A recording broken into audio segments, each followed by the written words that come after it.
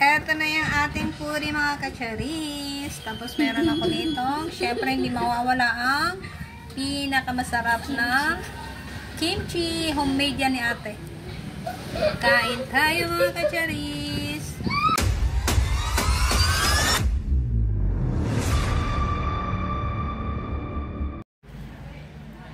Hello mga kacharis. Ginataang pako for today's video ang ating uulamin. Igagata ko siya, nalalagyan ko ng hipon. Nahimay ko na yung mga kacharis, mga pako.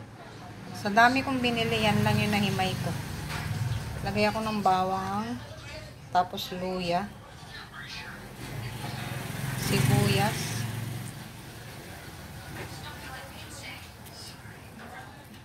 hindi ko na ito ikigisa, diretso na.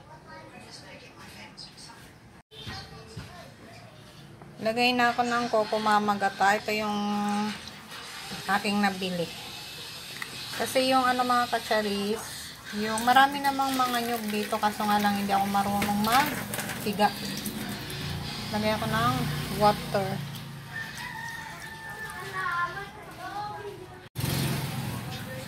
Lagay ako ng asin.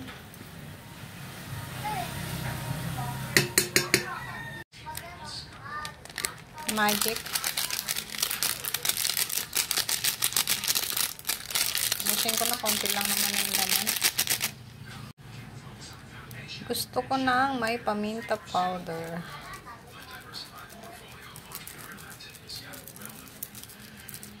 Dalawang nilagay ko yung tig-pipiso.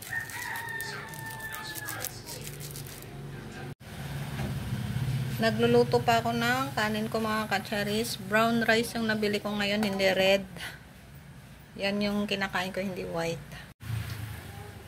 Takpan ko muna at hintayin ko maluto yung aking kanin. Hala, nakulo na pala siya mga kacharis. Hindi ko na pansin. Tatay ng kutsara. Siyempre, taste natin.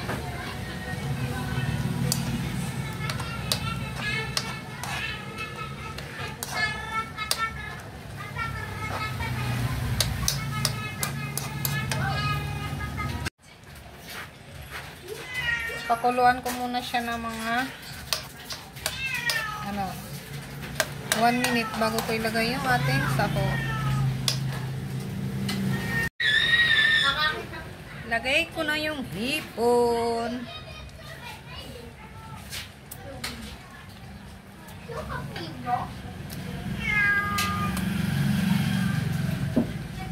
May tubig kasi yung lagayan. Hawak ko yung camera ko. Inisa-isa, no?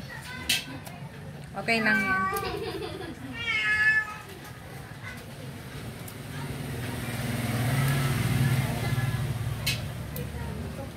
₱100 lang pala yung hipon na yan. Ayan, ang dami kasing water. Takpan.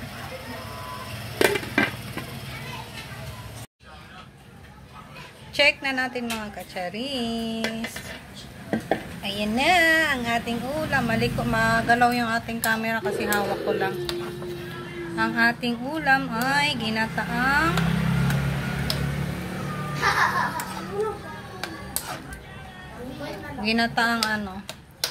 pako na may shrimp.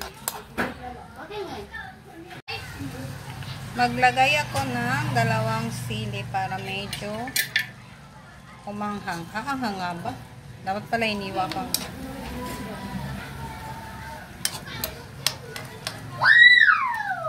Okay na yung lasa niyan mga kacharis.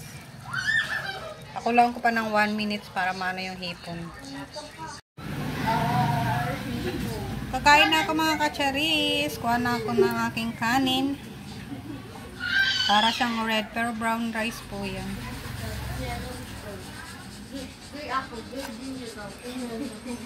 Konti lang.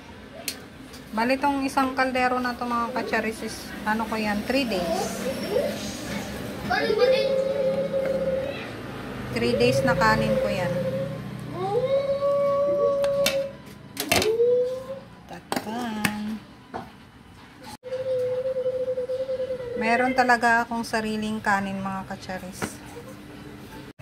Check na natin kung okay na siya. Okay na to.